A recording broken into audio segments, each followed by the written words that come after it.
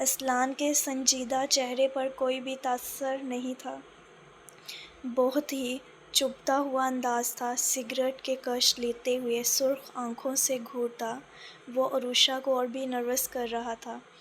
نہیں، وہ اماں جان نے کہا، اچھی بیوی اپنے شوہر کو بھوکا نہیں سونے دیتی، تو میں کیسے آپ کو بھوکا سونے دیتی؟ ایک ہی سانس میں اماں جان کا رٹا رٹایا سبق ادا کر کے اس نے لمبا سانس لے کر خود کو پرسکون کیا۔ اماں جان نے کہا تھا ایسا کہنا، اب کہہ کر راحت کی سانس تو بنتی تھی۔ اماں جان نے یہ نہیں بتایا، اچھی بیویاں شوہر کی ہر بھوک کا خیال رکھتی ہیں، روز رات تم مجھے بھوکا ہی سلاتی ہو، میں نے کبھی شکوہ کیا؟ اس بار اس کے ہونٹوں پر بہت مدھم سی مسکراہٹ اپنے چب دکھا کر دھوئے کے گولے میں غائب ہو گئی۔ چہرے پر چھائی سختی بھی کم ہو گئی۔ اب ایسا تو مت بولیں، ڈنر کر کے ہی سوتے ہیں، روز میرے ساتھ کھاتے ہیں، پھر بھی آج یہ الزام؟ سب لوگ مجھے ہی الزام دے رہے ہیں۔ بیڈ پر بیٹھے اسلان نے تعصب سے سر ہلایا۔ وہ آنکھ میں آنسو بھرے اسے شکایتی نگاہوں سے دیکھ رہی تھی۔ مجھے بھوک نہیں ہے، تم ٹرے لے جاؤ، اگر کھانا ہے تو خود کھا لوں۔ اگر کھانا ہے تو خود کھا لو۔ بات بے بات اس کی چھل کٹتی آنکھوں سے وہ نرم پڑ جاتا تھا۔ اب بھی نرمی سے کہہ کر سارا دھیان سگریٹ پر لگا دیا۔ پلیز کھا لیں ورنہ اماں جان۔ عروشہ نے بے بسی سے ٹرے کی طرف اشارہ کر کے جملہ ادھورا چھوڑ دیا۔ اسے بس ماں جی کا خوف تھا کہ انہیں پتہ نہ چل جائے کہ ان کے لاڈلے نے کھانا نہیں کھایا تھا، اور بیوی نے پوچھا بھی نہیں۔ اوکے، کھا لیتا ہوں کھانا، مگر ایک شرط ہے کہ تم اپنے ہاتھ سے کھلاؤ۔ وہ آرام سے پیر پر پیر رکھ کر جھلاتے ہوئے مسکرایا۔ اسلان کی بالکل نئی فرمائش پر عروشہ کی آنکھیں پھٹ گئیں۔ اسے جیسے صدمہ لگا تھا۔ وہ یوں اسلان کو دیکھ رہی تھی جیسے اس نے اسے خودکشی کرنے کے لیے کہہ دیا ہو۔ ایسے کیا دیکھ رہی ہو؟ بہت سب کے کہنے پر اچھی بیوی بننے کی کوشش کرتی رہتی ہو، تو ثابت کرو نا تم اچھی بیوی ہو، بلکہ ایک وفا شعور بیوی بھی ہو۔ آج تم مجھے کھانا کھلاؤ، وہ بھی اپنے نازک ہاتھوں سے۔ کم آن، ثابت کرو نا کہ تم میری وفادار ہو، تم میرا ہر حکم مانو گی جیسے تم ہر بار کہتی ہو۔ وہ جیسے اس کا مذاق اڑاتا ہوا اسے تمسخر آمیز نظروں سے دیکھتا آزما رہا تھا کہ وہ جو کہتی ہے تو اپنے قول میں کتنی پکی ہے۔ عروشہ کو اس کا بولا گیا ہر جملہ سیدھے دل پر لگا تھا۔ ناک چڑھا کر، آنکھیں سکڑ کر اور دانت پر دانت جما کر اس نے پہلے اسلان کی طرف دیکھا، پھر ٹرے کی طرف۔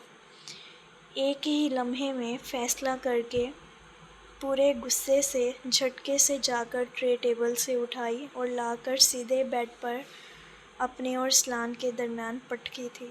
پھر کمال جرات سے وہی اس کے قریب بیٹھ بھی گئی اور پورے غصے سے لقمہ بنا کر اسلان کے ہونٹوں کی طرف بڑھا کر زبردستی آئے اس تپش سے کہا، منہ کھولیں اور کھائیں، سارا کھانا آپ کو کھانا ہے اب، اور میں خود کھلاؤں گی۔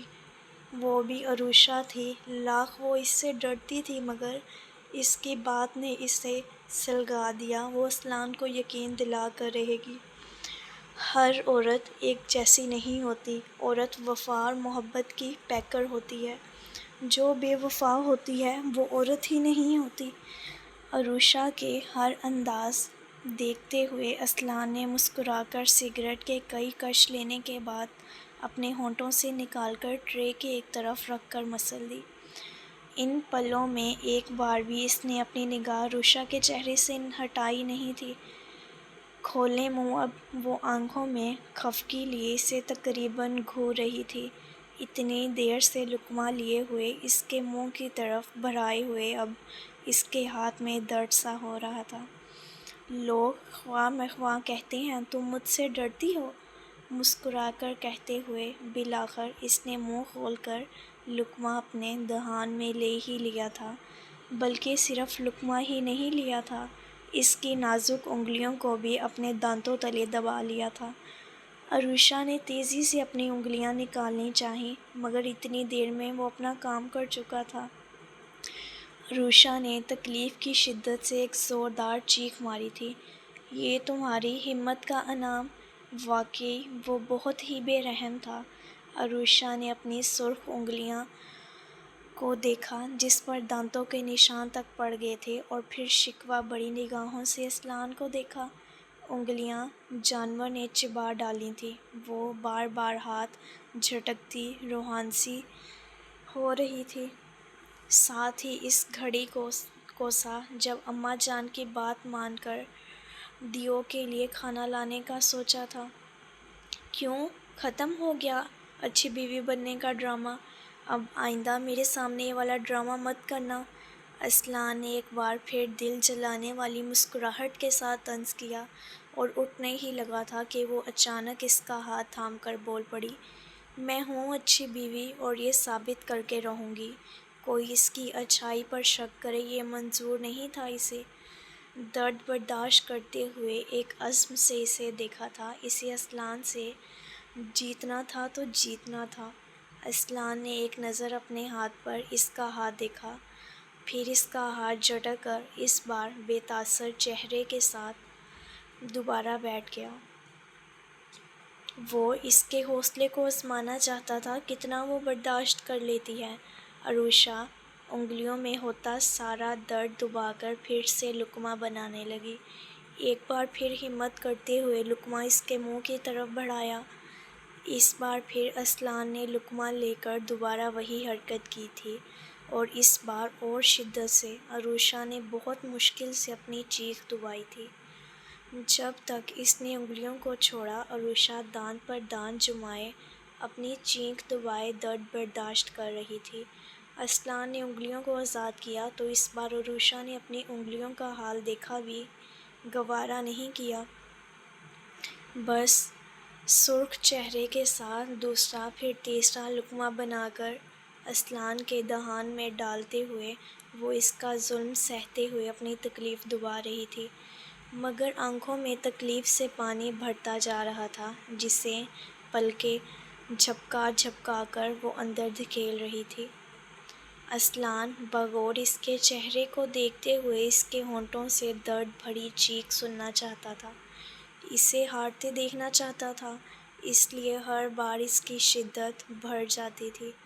اس بار جیسے ہی عروشہ نے انگلیوں پر ہوتی تکلیف سہلاتے ہوئے مسکرا کر چوتھا لقمہ اسلان کے چہرے کو دیکھتے ہوئے بڑھایا، اسلان نے بہت مشکل سے اپنا منہ کھولا تھا۔ بہت چاہا کہ ایک بار پھر اپنی پوری شدت سے اسے ہرا دے، مگر اس بار وہ اسے درد نہ دینے پر خود کو مجبور پایا تھا۔ اس نے عروشہ کے چہرے کو دیکھا، جو آنکھیں میچے اس کے کانٹے کی منتظر تھیں۔ اسلان مجبور ہو گیا، دل میں امڑتے اپنے جذبات سے۔ اس نے عروشہ کے وہیں ہاتھ اپنی گرفت میں جکڑ لیا۔ عروشہ نے تڑپ کر اپنی آنکھیں کھول دیں۔ اسلان بہت ہی نرمی سے اس کے ہاتھ کو اپنے ہاتھوں میں لے کر اس کی انگلیوں کو بہت نرمی سے اپنے لبوں سے لگا رہا تھا، جیسے ان انگلیوں پر مرہم رکھنا چاہتا ہو۔ وہ آنکھیں پھاڑے اس عجیب و غریب بندے کو دیکھ رہی تھی، جو جتنی نفرت جتاتا تھا اتنا ہی مہربان بن کر اس کے سارے درد کو سمیٹ لیتا تھا۔ مجھے اب بھوک نہیں، جاؤ کھانا رکھ کھاؤ۔ کئی بار اس کی انگلیوں پر اپنے ہونٹوں کا لمس چھوڑ کر اس کے ہاتھ کو اپنے گرفت سے آزاد کرتے ہوئے وہ عروشہ سے نگاہیں چراتا بیڈ سے اٹھ کر سیدھا بالکنی میں چلا گیا۔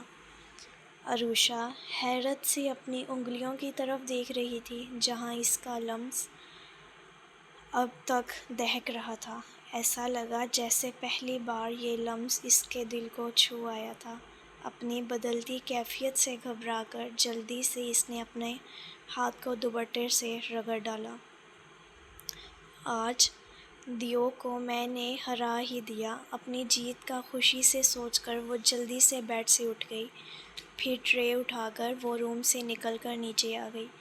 سارے برتن ملازمہ کے حوالے کر کے اسلان کے لیے جلدی جلدی کافی بنا کر پھر سے روم میں وہ آئی تھی۔ وہ اب بھی بالکنی میں کھڑا سگریٹ پھونک رہا تھا۔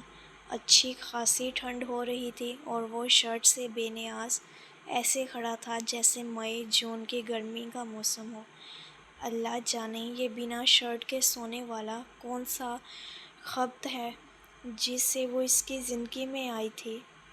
جب سے وہ اس کی زندگی میں آئی تھی اسے شرٹ کے ساتھ سوتے نہیں دیکھا تھا، اور وہ اس طرح اسے دیکھ کر گھبراتی بوکھلاتی رہتی ہے۔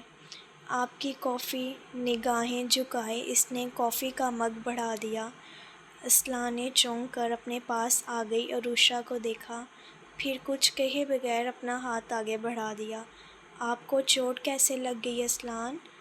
مگ پکڑاتے ہوئے عروشہ کی نظر اس کے ہاتھ کے زخموں پر گئی تھی۔ فوراً گھبرا کر اس کا ہاتھ تھام لیا۔ فطرتاً وہ بہت ہمدرد تھی۔ اب بھی اس کی جگہ جگہ پھٹی جلد سے رستا خون دیکھ کر وہ کچھ دیر کے لیے سب بھول گئی۔ نہیں، کچھ نہیں ہوا، بس ایسے ہی۔ اسلان نے اس کے یوں اپنا ہاتھ تھام لینے پر رخائی سے کہہ کر ہاتھ جھٹک دیا۔ آپ کو چوٹ لگی ہے اسلان؟ آئیں مرہم لگا دوں۔ کیوں خود کو اذیت دیتے ہیں؟ کیوں سب بھول نہیں جاتے اسلان؟ عروشہ خود سے مجبور ہو کر تڑپ کر بولی۔ وہ ابھی اس کا ظلم سہہ بھی لیتی، سب منظور تھا، مگر اسلان کے زخم نہیں۔ شٹ اپ، اپنا منہ بند کرو، تم کون ہوتی ہو مجھے نصیحت کرنے والی؟ وہ اس کی بات پر بھڑک گیا۔ خبردار، جو آئندہ مجھے سب بھولنے کی نصیحت کی تو تمہارا حشر بگاڑ دوں گا۔ اب جاؤ یہاں سے، مجھے چوٹ لگے یا مر جاؤں، تمہاری ہمدردی کی ضرورت نہیں ہے مجھے۔ اپنی شکل گم کرو میرے سامنے سے، مجھے نہیں چاہیے تمہارا مرہم۔ وہ غصے سے اس پر بری طرح سے دھاڑا تھا۔ آواز اتنی اونچی تھی کہ عروشہ جلدی سے اپنے کانوں پر ہاتھ رکھتی خوفزدہ ہو کر تیزی سے بالکنی سے روم میں بھاگ گئی۔ اسلان نے اپنا غصہ کم کرنے کے لیے ایک زبردست ہاتھ دیوار پر مارا تھا۔ پھر سے وہی زخمی ہاتھ پر چوٹ لگی تو جلد اور پھٹ گئی۔ اس بار خون بھی تیزی سے نکلنا شروع ہوا تھا۔ غصہ کسی صورت میں کم نہیں ہوا تو اس نے کافی کا مگ پوری طاقت سے فرش پر دے مارا۔ مگ ایک چھناکے سے ٹوٹ کر بکھر گیا اور کافی کے داغ فرش پر بکھر گئے۔ اپنے بالوں کو مٹھیوں میں جکڑ کر اسلان جیسے اس بار تھک ہار کر بالکنی میں ہی رکھے کاؤچ پر ڈھیر ہو گیا تھا۔ خود سے لڑتے جھگڑتے نہ جانے رات کے کس پہر وہ نیند کی آغوش میں چلا گیا، اس سے خود پتہ نہیں چلا۔ سورج کی روشنی سیدھی آنکھوں پر پڑ کر آنکھوں میں چبھنے لگی تو اسلان نے اپنی آنکھوں پر بازو رکھ لیے۔ کچھ دیر اسی حالت میں لیٹے لیٹے وہ خالی ذہن کے ساتھ آنکھوں پر بازو رکھے نیم غنودگی میں رہا تھا۔ چند منٹ بعد آنکھوں پر بازو ہٹا کر اس نے آس پاس دیکھا۔ رات وہ نہ جانے کب وہی بالکنی میں کاؤچ پر ہی سو گیا تھا۔ اپنے اوپر پڑے کمفرٹ کو دیکھ کر اسلان نے ہٹا کر دور اچھال دیا۔ یہ کس نے ڈالا ہوگا، یہ بھی سمجھ میں آ گیا۔ گہری سانس لے کر اس نے بالوں کو سنوارنے کے لیے جیسے ہی ہاتھ اٹھایا، ہاتھوں پر مہارت سے کی گئی بینڈز کو اس نے غور سے دیکھا۔ بجائے اچھا لگنے کے اسے پھر سے برا ہی لگا تھا۔ رات والا غصہ پھر سے سر پر سوار ہوا تھا۔ اسے اچھے سے سبق سکھانے کے لیے وہ تیزی سے کاؤچ سے اٹھ کر بالکنی سے روم میں آیا تھا، مگر صاف ستھرا روم کسی بھی وجود سے عاری اس کا منہ چڑھا رہا تھا۔ عروشہ آج اس سے پہلے ہی روم سے نکل کر نیچے جا چکی تھی۔ کہاں تک بچو گی عروشہ اسلان میر، تمہاری ہمدردی کا سبق اچھے سے سکھاؤں گا میں۔ خیالوں ہی خیالوں میں عروشہ کو دھمکی دے کر وہ سیدھا فریش ہونے کے لیے واش روم میں گھسا تھا۔ پھر جلدی جلدی تیار ہو کر وہ روم سے اسی عجلت میں سیدھا نیچے چلا آیا۔ ناشتے کی ٹیبل پر اس کی ساری فیملی اس کی ہی منتظر تھی۔ ان سب کے ساتھ وہ بھی وہیں موجود تھی۔ ان سب کے سامنے تو وہ اسے نقصان نہیں پہنچا سکتا تھا، اس لیے سرے سے عروشہ کو نظر انداز کرتے ہوئے وہ سب کو سلام کرتا اپنی مخصوص جگہ پر بیٹھ گیا۔ عروشہ نے چھپکے سے اپنے دیو کو دیکھا تھا۔ فریش سا وہ نقصق سے تیار تھا اور کہیں سے بھی رات کا غصہ اس کے چہرے پر نظر نہیں آ رہا تھا۔ اس وقت دیو کی ساری توجہ ماجی اور چاچی کی طرف تھی، جو اسے زمینوں کا حال احوال بتا رہی تھیں اور اس سے خود بے نفس وہاں جا کر دیکھنے کا کہہ رہی تھیں۔ تمہارا ہی مال ہے، بند اس ہو کر دیکھو۔ ہانیہ نے اس کی چوڑی پکڑ لی تھی۔ پیر پر پیر مار کر جھک کر عروشہ کے کان میں سرگوشی کی۔ مال نہیں دیو، مہاراج جی ہیں۔ عروشہ نے نظریں چرا کر آہستہ سے تپک کر کہا۔ شرم کرو، اتنا ہینڈسم بھائی ہے میرا۔ ہانیہ کی آواز میں کہنے کے ساتھ ہی فخر بھی اتر آیا۔ جلاد ہینڈسم بھائی۔ عروشہ نے ایک بار پھر چھپکے سے دیو کو دیکھا۔ پھر سے وہ دل کو بھلا بھلا سا لگ رہا تھا۔ شاید رات کو کچھ زیادہ ہی غور سے دیکھ لیا ہے میں نے۔ توبہ کرو عروشہ، پاگل ہونا ہے کیا؟ عروشہ نے خود کو جھڑپ کر خود کو اسے دیکھنے باز رکھنا چاہا، مگر نگاہیں تھی کہ ہر بار اصلان میر پر جا ٹکتی تھیں۔ ڈارک جینز پر گہرے کلر کی شرٹ پہنے واقعی وہ بہت ہی نکھرا نکھرا اور اپنا اپنا سا لگ رہا تھا۔ کچھ نہیں، یہ سب کل پڑھائی گئی اماں جان کی ساری فضول پٹیاں ہیں۔ اس بار عروشہ نے خود پر جھنجھلا کر اماں جان کی طرف دیکھا۔ وہ بھی اسے ہی دیکھ رہی تھی۔ اس کے دیکھنے پر مسکرا کر اسے وکٹری کا نشان دکھایا تو عروشہ نے بس اشارے سے نفی میں سر ہلایا۔ ان دونوں کو دیکھ کر ہانیہ اپنی ہنسی پر قابو نہیں رکھ پائی تھی۔ اس کے زور سے ہنسنے پر اصلان نے ماجی سے اور چاچی سے نظر ہٹا کر اسے دیکھا۔ وہ مجھے ایک جوک یاد آ گیا تھا۔ ہانیہ اس کی نگاہوں سے گھبرا کر جلدی سے بہانہ بنا کر بولی۔ اس بار عروشہ نے اس کے پیر پر پیر مارا، ساتھ ہی اصلان سے نگاہ بچا کر ہانیہ کو منہ بھی چڑھایا۔ ہانیہ نے بس منہ پر ہاتھ پھیر کر اسے دھمکی دی تھی۔ اصلان بس ان دونوں کے سارے انداز دیکھ کر بھی نظر انداز کرتا، پھر سے ماجی اور چاچی سے ساری تفصیل پوچھنے لگا۔ چلیں پھر میں آپ لوگوں کے ساتھ چلتا ہوں، کل مجھے نکلنا بھی ہے۔ اصلان ٹیشو سے ہاتھ پوچھتا کرسی سے چھوڑ کر اٹھ کھڑا ہوا۔ اتنی جلدی لالا آپ چلے جائیں گے؟ ندا صدا ابھی بہت چھوٹی تھیں، اس لیے اب بھی اصلان سے لاڈ دکھا لیتی تھیں۔ اب بھی روٹھ کر پوچھ بیٹھی۔ چاچی نے گھور کر اپنی بیٹیوں کو دیکھا، آنکھوں ہی آنکھوں میں تنبیہ بھی کی۔ اصلان اپنی کرسی چھوڑ کر ان دونوں کے پاس آیا تھا اور جھک کر باری باری دونوں کے سر کو چوما تھا۔ اس بار آؤں گا نا تو اپنی دونوں گڑیا کے ساتھ کئی دن گزاروں گا۔ مسکرا کر ان سے پیار سے بول کر وہ وہاں سے نکل کر باہر چلا گیا۔ باقی سب نے حیرت سے اصلان کا نرم رویہ دیکھا تھا۔ ایک مدت ہوئی اصلان نے اپنی بہنوں کے ساتھ ایسا محبت بھرا برتاؤ کرنا چھوڑ دیا تھا۔ اس حادثے کے بعد تو اس کے مزاج میں اتنی سختیاں آ چکی تھیں کہ ان تینوں کے اوپر اس نے اتنی پابندیاں عائد کر دی تھیں کہ وہ سب اس سے بہت ڈرنے لگی تھیں۔ خاص طور پر ہانیہ تو ترس چکی تھی اس کے بھائی والے لاڈ کے لیے۔ اب بھی اس کا بھی دل کہا تھا کہ وہ اس سے بھی اس طرح سے پیار سے باتیں کریں، مگر اس کا جرم زیادہ بڑا تھا۔ تم دونوں اپنی زبان پر قابو رکھا کرو، کوئی ضرورت نہیں ایسے بہنوں والے لاڈ دکھانے کی۔ ایک تو اس کا دل زخمی کر کے جا چکی ہے، اب نہ جانے تم لوگ کیا گل کھلاؤ۔ چاچی نے ایک دم سے ندا صدا کو بری طرح سے لتاڑ دیا۔ ندا صدا کے چہرے پر اداسی چھا گئی، وہیں ہانیہ کا سر بھی جھک گیا۔ کب تک کسی اور کے کیے گئے گناہ کی سزا ان لوگوں کو بھگتنا پڑے گی؟ چاچی کہہ کر رکی نہیں تھی، فوراً اٹھ کر ادھر سے چلی گئیں جدھر اسلان گیا تھا۔ ان کے ساتھ ماں جی بھی پیچھے پیچھے تھی۔ آسیہ کی باتوں کا برا مت مانا کرو تم لوگ، ابھی زخم تازہ ہے نا، اس لیے تم لوگوں سے ایسا رویہ رکھا ہوا ہے۔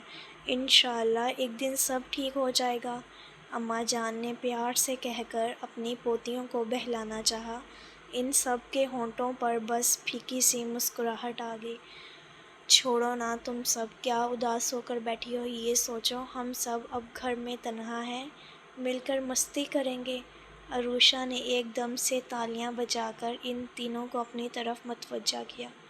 اماں جان نے خوشگوار حیرت سے عروشہ کی طرف دیکھا، اب شاید وہ سب قبول کرنا شروع ہو چکی تھی۔ انہوں نے ایک اطمینان کی سانس لی تھی اسے خوش دیکھ کر، لیکن انہیں شاید یہ خبر نہیں تھی عروشہ کی خوشی کا راز آج دیو کی غیر موجودگی تھی۔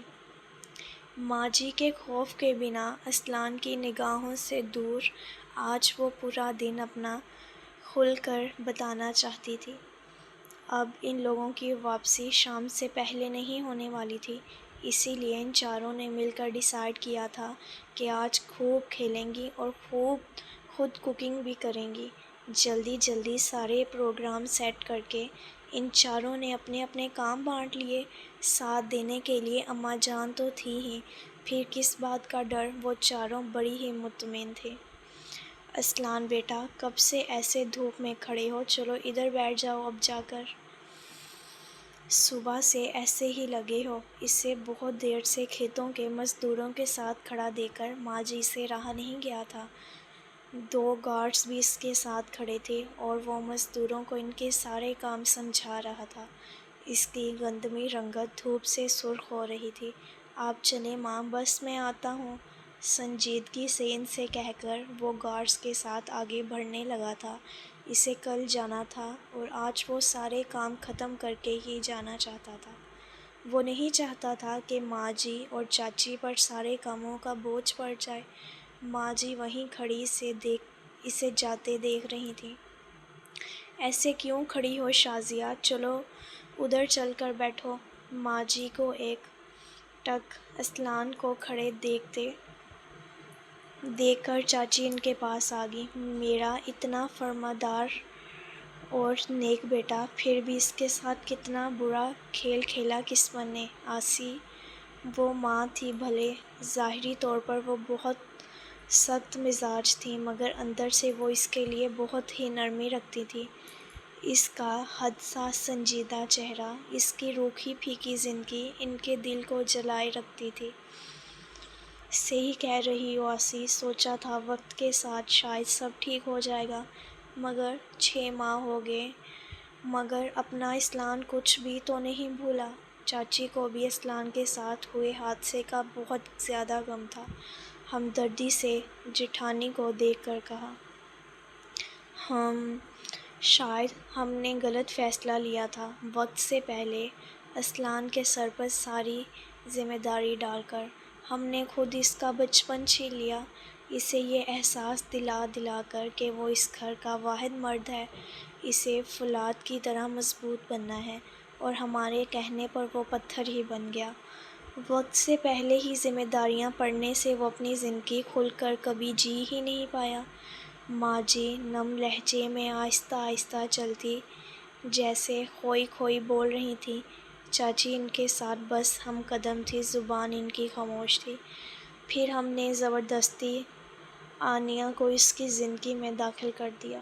آنیہ کو جب تک سب ٹھیک لگا وہ خوش رہی، پھر اسے اسلان میں 1000 کمیاں نظر آنے لگیں۔ اسے اسلان پتھر لگا تھا، جس میں کوئی جذبات نہیں تھے، بس اپنے کام میں مصروف، شہر میں بزنس میں گم، حویلی میں سب کی دیکھ ریکھ میں مشغول، جیسے کوئی روبوٹ، اور اسے روبوٹ سے نہیں جیتے جاگتے بہت ہی حسین مرد اور زندگی سے بھرپور انسان سے شادی کرنی تھی۔ اس کے لیے اس نے یہ بھی نہیں دیکھا سامنے والا شخص اس کے باپ کی عمر کا ہے۔ اس بار دکھ سے کہتے کہتے انہوں نے اپنی نم پلکیں بھی پونچھی تھیں۔ یہی حال ان کے ساتھ چلتی چاچی کا بھی تھا۔ ان کا سر جھک گیا کیونکہ آنیہ ان کی ہی تو بیٹی تھی، جس نے ان کا سر ہمیشہ کے لیے اپنی بہن جیسی کزن اور جٹھانی کے سامنے جھکا دیا تھا۔ اسے اسلان کے رنگ پر اعتراض تھا، اس کے مزاج پر اعتراض تھا۔ کیا اس نے میرے بیٹے کا ہیرے جیسا دل نہیں دیکھا؟ اس کی شرافت، اس کی نیک فطرت نہیں دکھائی دی؟ آسی، کوئی لڑکی اتنی خود غرض کیسے ہو سکتی ہے؟ آسی کی وہ محبتوں کو ٹھکرا دے۔ وہ اس بار ان کے سامنے ٹھہر کر اپنے سوالوں کا جواب مانگنے لگی۔ چاچی کے ہونٹوں سے غم سے لبریز ایک آہ نکلی تھی۔ شازی، کوئی اپنے دامن میں آگ بھرنا چاہے تو اس میں ہم کیا کہہ سکتے ہیں؟ اس نے ہیرے کو چھوڑ کر پتھر کو اپنا لیا ہے، یہ اس کی بدقسمتی ہے۔ کاش میں نے تمہیں اتنا فورس نہیں کیا ہوتا آنیہ کو اپنی بہو بنانے کا، تو آج شاید سب ٹھیک ہوتا۔ ان کی آواز میں بھی نمی گھلنے لگی تھی۔ بیٹی کا غم انہیں اندر ہی اندر کھا رہا تھا۔ ان کے چہرے پر چھائے کرب کو دیکھ کر ماں جی اور کچھ کہے بغیر آگے بڑھ گئی تھیں۔ سر جھکائے جھکائے وہ بھی ساتھ ہو لی۔ اسلان نے اپنی کلائی میں بندھی ہوئی گھڑی میں وقت دیکھا، پھر اور کام کرنے کا ارادہ چھوڑ کر اب باغوں کا رخ کر لیا۔ پیچھے پیچھے اس کے ہمراہ اس کے گارڈز بھی ساتھ چل رہے تھے۔ اسلان نے سن گلاسز سر سے آنکھوں میں فٹ کرتے ہوئے اپنی ماں اور چاچی کو بھی ڈھونڈنے کی کوشش کی۔ کچھ دوری پر ماں جی تو نظر آ گئی، مگر چاچی کہیں نظر نہیں آ رہی تھیں۔ وہ لمبے لمبے ڈگ بھرتا ماں جی کی طرف آ گیا۔ ایک شان سے وہ کرسی پر پیر رکھے ہوئے بیٹھی تھیں اور ملازمین ان کے آگے پیچھے پھر رہے تھے۔ چاچی کہاں ہیں؟ میں سوچ رہا ہوں باغوں والا کام بھی نپٹا لوں۔ ان کے پاس آتے ہوئے چاچی کا پوچھتے ہوئے اس نے ایک عجلت سے کہا تھا، رہنے دو اسلان، اب حویلی واپس چلتے ہیں، لنچ کا ٹائم بھی گزر گیا ہے۔ ماں جی اپنی جگہ سے کھڑی ہوتی ہوئی اس کے دھوپ سے تمتماتے ہوئے چہرے کو دیکھتے ہوئے نرمی سے بولیں، نو ماں، مجھے کل نکلنا ہے اور اس بار میں سب کام نپٹا کر ہی جانا چاہتا ہوں۔ آپ لوگ ایسا کریں، حویلی واپس چلی جائیں، میں سب نپٹا کر آتا ہوں۔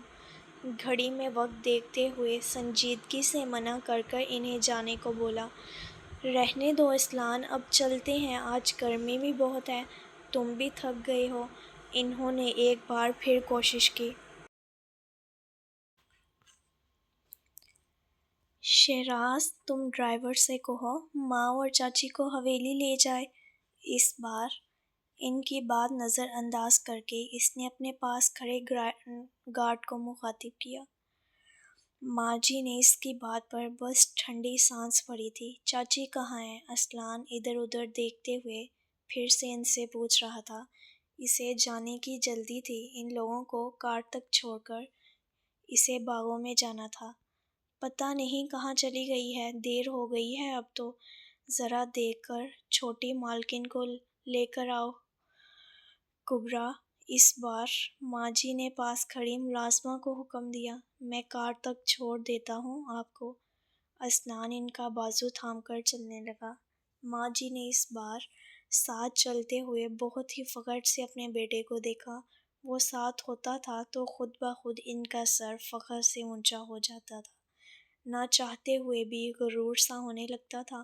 اونچا لمبا سا بالکل بادشاہوں والی آن بان والا بیٹا، وہ ان کے ساتھ ان کے بازو کو نرمی سے پکڑے ساتھ چل رہا تھا۔ سنا ہے آج اپنے چھوٹے مالک کھیتوں پر آئے ہیں۔ وہ لوگ کھیتوں کے درمیان بنی پگڈنڈی پر چل ہی رہی تھی کہ کسی مزدور کی آواز کانوں میں پڑی تھی۔ ہاں، اتنا سب ہونے کے باوجود بھی بڑے آرام سے گاؤں میں سینہ ٹھوک کر چلتا ہے، بے غیرت کہیں کا۔ میری بیوی کسی کے ساتھ بھاگی ہوتی تو اب تک اسے ختم کر دیتا، اور یہ سالہ آرام سے اس کے حال پر چھوڑ کر یہاں آ کر سر اٹھا کر گھومتا ہے۔ وہ جو کوئی بھی تھے ان لوگوں کی غیر موجودگی سے انجان تھے، تب بھی بڑے آرام سے اسلان میر کی زیادتیاں میں دخل ہو رہے تھے۔ اگر انہیں ذرا سی بھی بھنک ہوتی کہ اسلان میر ان کے پیچھے ہی ہے، وہ خود اپنی زبان کاٹ لیتے۔ اسلان میر سے جبڑے بری طرح سے بھینچ لیے۔ وہیں ماں جی کے تن بدن میں بھی آگ لگی۔ گارڈز بھی سن کر تپش سے بھرنے لگے تھے کہ اسلان نے فوراً ہاتھ کے اشارے سے پیچھے ہٹنے کے لیے کہا۔ ابے دھیرے بول، کوئی سن لے گا تو جم کر پٹائی ہو جائے گی۔ اس گاؤں میں سب اس کے پکے حمایتی ہیں۔ دوسرے ساتھی نے پہلے ساتھی کو خاموش رہنے کے لیے سرگوشی میں کہا۔ ہاں، سالے کی ماں نے سب کی عورتوں پر احسان جو ڈالے ہوئے ہیں، اور بیٹا اس کا جانشین ہے، بڑا سب کا ہمدرد بنتا ہے، مگر سالے سے اپنی بیوی ہی نہیں سنبھالی گئی۔ وہ آدمی آج اپنے انجام سے بے خبر تیز تیز بولتا اپنے کہے جا رہا تھا۔ ہاں، سنا ہے میں نے اپنی بیوی سے، وہ وہیں حویلی میں کبھی کبھی مدد کے لیے جاتی ہے، کہہ رہی تھی اس کو چھوٹے میر پسند نہیں تھے، سنا تھا بڑی خوبصورتی تھی، اس لیے اپنے سے کمتر مرد کو چھوڑ کر چلی گئی۔ دوسرا بندہ بھی بات میں مزے سے حصہ لینے لگ گیا تھا۔ اسلان کی رگیں تن کر پھٹنے سی لگی تھیں۔ گارڈ چاہ رہے تھے کہ ان دونوں کتوں کو طرح چیر کر پھینک دے، مگر مالک کے حکم کے پابند تھے، جو نہ جانے کیا سننا چاہتے تھے۔ ماں جی کا غصے سے برا حال ہو رہا تھا، مگر بیٹے نے پوری سختی سے ان کا بازو تھام رکھا ہوا تھا۔ سالی، وہ کچھ زیادہ ہی رنگین مزاج رہی ہوگی، ورنہ انصاف سے تو ہے اسلان میر پورا مرد، اس کی عادت رہی ہوگی ہر جگہ منہ مارنے کی۔ پہلے والے نے بڑے ہی گھٹیا طریقے سے کہتے ہوئے دوسرے ساتھی کے کاندھے پر ہاتھ مارا۔ اسلان سب کو رکنے کا اشارہ کرتے ہوئے دبے قدموں سے ان کی طرف بڑھا۔ وہ دونوں تھوڑے فاصلے پر بیٹھے ہوئے تھے، وہ بنا کوئی آہٹ پیدا کیے بڑھ رہا تھا۔ اسلان نہیں چاہتا تھا وہ دونوں اس کی آہٹ سن کر بھاگ جائیں اور وہ ان کا شکار نہ کر سکے۔ پھر بھی داد دعاؤں گا۔ اسلان میر کو اسی فخری سے بے غیرتی بن کر گھوم رہا ہے۔ وہ دونوں ہنسے۔ پھر بھی داد دوں گا اسلان میر کو اسی فخر سے بے غیرت بن کر گھوم رہا ہے۔ وہ دونوں ہنسے۔ ابے فخر کیوں نہیں کرے گا، سنا ہے دوسری والی پہلی والی سے بھی قیامت ہے، بس دیکھنا ہے یہ کتنے دن ٹکتی ہے۔ اور ابھی وہ کچھ اور بولتا کہ اسلان نے شیر کی طرح دونوں کے گریباں کو پکڑ کر ایک ہی وار میں زمین کی دھول چکا دی۔ اب وہ دونوں تھے اور اسلان میر کا جلاد والا روپ۔ دور دور تک گاؤں میں ان دونوں کی چیخیں گونج رہی تھیں۔ اس نے کار اپنی پوری رفتار سے حویلی کے گیٹ کے اندر لائی تھی۔ رفتار اتنی زیادہ تھی کہ ٹائر کے رگڑنے کی آواز حویلی کے بیرونی حصے میں گونج اٹھی۔ اس کی کار کے پیچھے پیچھے سرکاری بھی اندر آئی تھی۔ پیچھے پیچھے سرری کار بھی اندر نظر آئی تھی۔ اسلان میر نے پورے تپش سے کار سے اتر کر ڈور بند کیا تھا۔ بال بکھرے، آستینیں الٹی ہوئی تھیں اور چہرے سے وہی وحشت ٹپک رہی تھی۔ اس کے پیچھے پیچھے ماں جی اور چچی بھی تھیں، ان کے چہرے پر بھی غصے اور دکھ کی تہ تھی۔ گھاس کو اپنے جوتے تلے رونتے ہوئے وہ داخلی دروازے کی طرف آیا تھا، مگر اندر مچلی چیخوں پکار حویلی میں داخل ہوتے ہوئے ان تینوں نے صاف سنی تھی۔ تیز میوزک کا شور، ساتھ ہنسی اور قہقہوں کی آوازیں۔ ماں جی اور چاچی نے ایک ساتھ ایک دوسرے کو بس دیکھا تھا۔ اسلان نے اپنے جبڑے اور بھی تیزی سے بھینچ لیے، پھر ماں جی اور چاچی سے پہلے اسلان کے قدم اندر بڑھے تھے۔ اندر ان چاروں نے مل کر ایک ہنگامہ مچایا ہوا تھا۔ اماں جان بھی صوفے پر بیٹھی ہوئی ان چاروں کو دیکھ دیکھ کر نہال ہو کر تالی بجا رہی تھیں۔ میز پر بکھرے کھانے پینے کے لوازمات اور میوزک کی دھن پر بھنگڑا ڈالتی وہ چاروں۔ اسلان کا خون اور بھی پھول گیا۔ اس کی غیر موجودگی ان لوگوں کے لیے ایسی باعث خوشی تھی کہ وہ جشن منا رہی تھیں۔ اس نے سرخ ہوتی آنکھوں سے جھومتی ہوئی عروشہ کو دیکھا۔ آج 6 ماہ اس نے اتنا خوشی سے دیکھا تھا، ہر فکر سے آزاد، ہر خوف سے بے نیاز، اور اس کے ساتھ اسلان نے مٹھیاں بھینچ لیں۔ آگے بڑھ کر اس نے میوزک پلے کا پلگ پوری طاقت سے کھینچ لیا۔ جیسے ہی میوزک تھما ویسے ہی ان چاروں کی ہنسی کے ساتھ ساتھ جسم بھی ٹھہر گئے۔ وہ چاروں ایک دم سی ساکت ہو کر اپنے سامنے کھڑی قیامت دیکھ رہی تھی۔ اسلان کے انداز ایسے تھے جیسے آج ان چاروں کا قتل ہی کر دے گا۔ ان کا بکھرا حلیہ، آنکھوں سے نکلتی آنکھ، ندا صدا ڈر کر صوفے پر ہکا بکا بیٹھی اماں جان کے ساتھ چپک گئیں۔ عروشہ اور ہانیہ بس اپنے بچنے کی دعا کر رہی تھیں۔ کیا ہو رہا تھا یہ سب؟ ماں جی کا تو خون پہلے ہی کھول رہا تھا۔ ان لوگوں کو دیکھ کر وہ آپے سے باہر ہونے لگی تھیں۔ آج ان کا ارادہ ہانیہ اور عروشہ دونوں کو تھپڑ مارنے کا تھا، اور وہ اسی ارادے سے آگے بڑھیں۔ 1 منٹ ماں۔ جیسے ہی غصے سے ماں جی آگے بڑھ کر ان دونوں کو سبق سکھانے کا سوچ رہی تھی، اسلان نے ہاتھ اٹھا کر انہیں کچھ بھی کرنے سے روک دیا۔ وہ بس ہانیہ اور عروشہ کو کھا جانے والی نگاہوں سے گھورتی پھر سے پیچھے ہٹ گئی۔ اسلان قدم قدم چل کر ان دونوں کی طرف چلا آیا، جو اس کی لہو رنگ آنکھوں کی تپش سے نگاہیں جھکائے ایک دوسرے کے پیچھے چھپنے کی پوری کوشش کر رہی تھیں۔ میری غیر موجودگی تم لوگوں کے لیے آزادی کا پروندہ ہے نا؟ اپنی سرخ آنکھوں سے اس نے پہلے ندا صدا کو دیکھا، پھر ان دونوں کے چہرے پر گاڑ دی۔ ان دونوں کے سر خوف اور احساس ندامت سے اور بھی جھک گئے تھے۔ تم لوگ بھی یہاں اسلان میر کی بے غیرتی کا جشن منا رہی ہو؟ وہ ایک ایک لفظ چباتے ہوئے جیسے گرایا۔ نہیں بھائی، ہم تو بس… اسلان کی بات ہانیہ کے دل پر نشتر کی طرح چبھی تھی۔ اس نے تڑپ کر کچھ کہنے کی کوشش کی۔ کسی کی بھی ایک آواز نہیں نکلے گی، ایک آواز بھی نہیں۔ اس کی ایک ہی دھاڑ پر ہانیہ نے ہتھیلی منہ پر جما کر سسکی دباتے ہوئے چہرہ جھکا لیا۔ عروشہ کا ننھا سا دل ڈر کر رکنے لگا تھا۔ اس کے جلاد والا روپ دیکھ کر ہاتھ پیر بے جان سے ہو رہے تھے۔ ان آنکھوں سے جیسے شعلے نکل کر اس کے وجود کو جلا رہے تھے۔ اسلان ان دونوں کی طرف دیکھتے ہوئے بولنا نہیں دھاڑنا شروع ہوا تھا۔ میں کیا چاہتا ہوں تم لوگوں سے؟ تم لوگوں پر اتنی پابندیاں کیوں لگا رہا ہوں؟ تاکہ کل کو کوئی ایک اور آنیہ تیار نہ ہو جائے؟ نہیں، بالکل نہیں۔ مجھے یقین ہے میری تینوں بہنیں آنیہ بالکل نہیں ہیں، مگر باہر جو بھیڑیے موجود ہیں نا، وہ میری بہنوں کو اپنے جال میں پھنسا کر انہیں نوچ کھائیں گے۔ اپنے پورے جاؤ جلال سے بولتے ہوئے اس کی آواز پوری حویلی میں جیسے گونج رہی تھی۔ ملازمائیں بھی سب چھپ کر اپنی اپنی جگہ پر بیٹھ گئیں۔ میں نے تم لوگوں کے لیے کیا نہیں کیا؟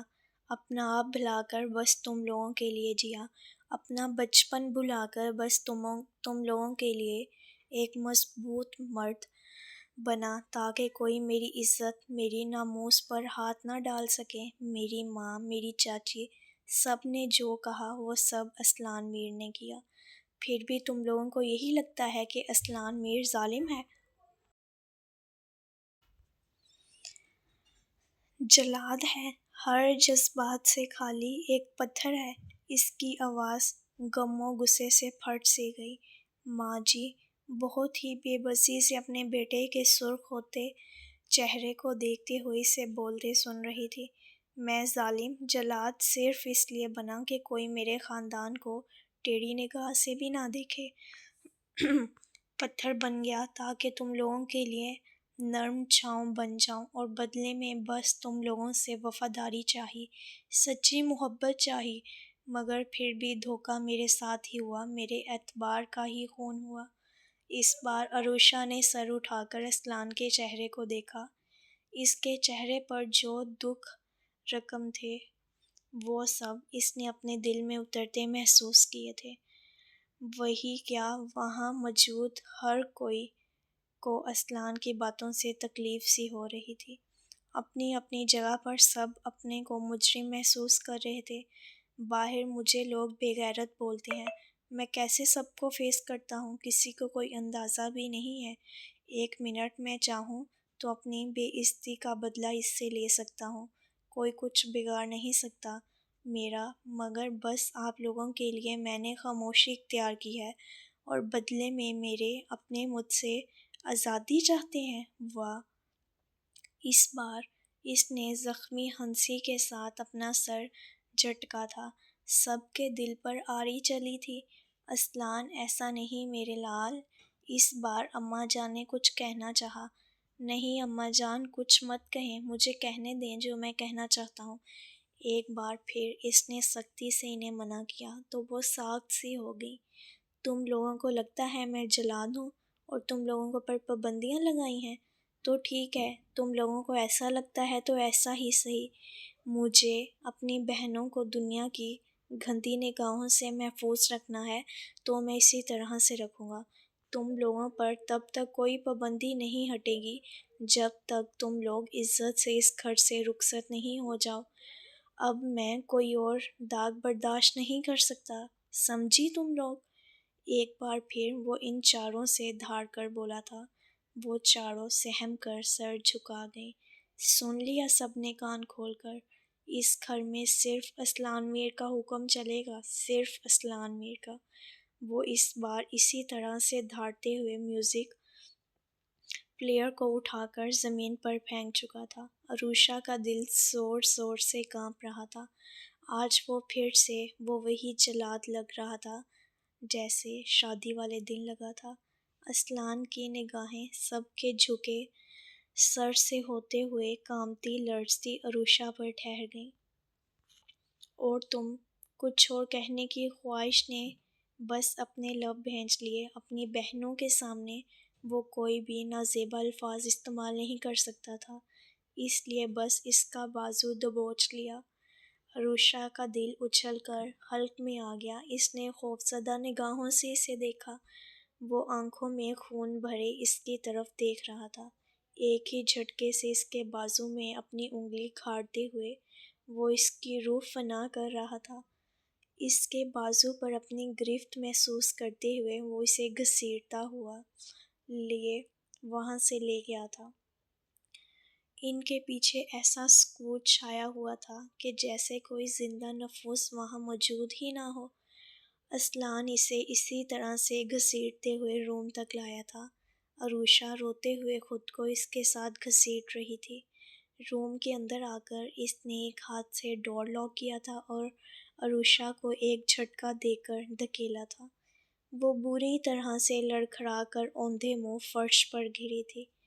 خوف اتنا زیادہ تھا کہ وہ گرنے پر لگنے والی چوٹ کا احساس بھول کر سیدھی ہو کر اسلان کی طرف دیکھنے لگی، جس کے چہرے پر رحم جیسے کوئی تاثر نہیں تھا۔ آج تمہیں میں اس قابل ہی نہیں چھوڑوں گا کہ تم مجھے چھوڑ کر جا سکو۔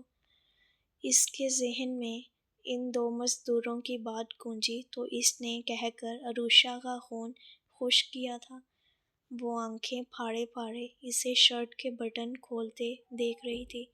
وہ وہی نکاح والا جلاد بے رحم سا اسلان میر تھا، جس سے رحم کی بھیک مانگتے ہوئے وہ اس رات ڈر کی آخری حدود کو چھو آئی تھی۔ وہ اب بھی بے تحاشا سہم کر نفی میں سر ہلاتی بیٹھے بیٹھے ہی پیچھے کی طرف کھسکنے لگی۔ کیوں، تمہیں جشن منانا تھا نا، اب میرے ساتھ فل انجوائے کرو۔ عروشہ اسلان میر اپنی شرٹ اتار کر صوفے پر پھینکتے ہوئے وہ قدم قدم بڑھاتا سچ مچ کا دیو بنا اس کی جان نکال رہا تھا۔ عروشہ پیچھے گھسیٹتے گھسیٹتے بیڈ سے ٹکرا گئی۔ اصلان مجھے معاف کر دیں، رحم کریں مجھ پر، اب نہیں کروں گی، پلیز مجھے جانے دیں۔ آنکھوں میں آنسوں کا دریا لیے اس نے بے بسی کی انتہا پر پہنچ کر اس کے آگے ہاتھ بھی جوڑ دیے، مگر وہ اس وقت ایسی نفرت کی آگ میں جل رہا تھا کہ عروشہ کے آنسو، اس کی رحم کی خواہش کا اس پر کوئی اثر نہیں ہوا تھا۔ تیرے باپ نے کیا تھا مجھ پر رحم، اس نے میری غیرت سے کئی بار کھیلا، میرے گھر کی عزت کو نیلام کیا۔ اس کی وجہ سے آج 2% لوگوں کی اتنی ہمت ہوگی کہ وہ میرے بارے میں ایسی گھٹیا باتیں کریں، میرے بارے میں، یعنی اصلان میر کے بارے میں۔ اس کے پاس ہی وہیں فرش پر پنجوں کے بل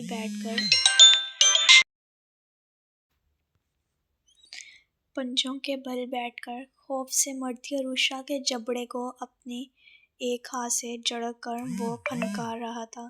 اس کی گرفت اتنی سخت تھی کہ عروشہ کو اپنے جبڑے ٹوٹتے محسوس ہو رہے تھے۔ یہ تھا ہمارا آج کا ایپیسوڈ، امید ہے کہ آپ کو اچھا لگا ہوگا۔ اب ملتے ہیں نیکسٹ ایپیسوڈ میں۔ میرے چینل کو لائک کریں، سبسکرائب کریں اور بیل آئیکن کے بٹن کو ضرور پریس کریں تاکہ ہر آنے والی نئی ایپیسوڈ آپ تک پہنچ سکے۔ اب ملتے ہیں نیکسٹ ایپیسوڈ میں، تب تک کے لیے اللہ حافظ۔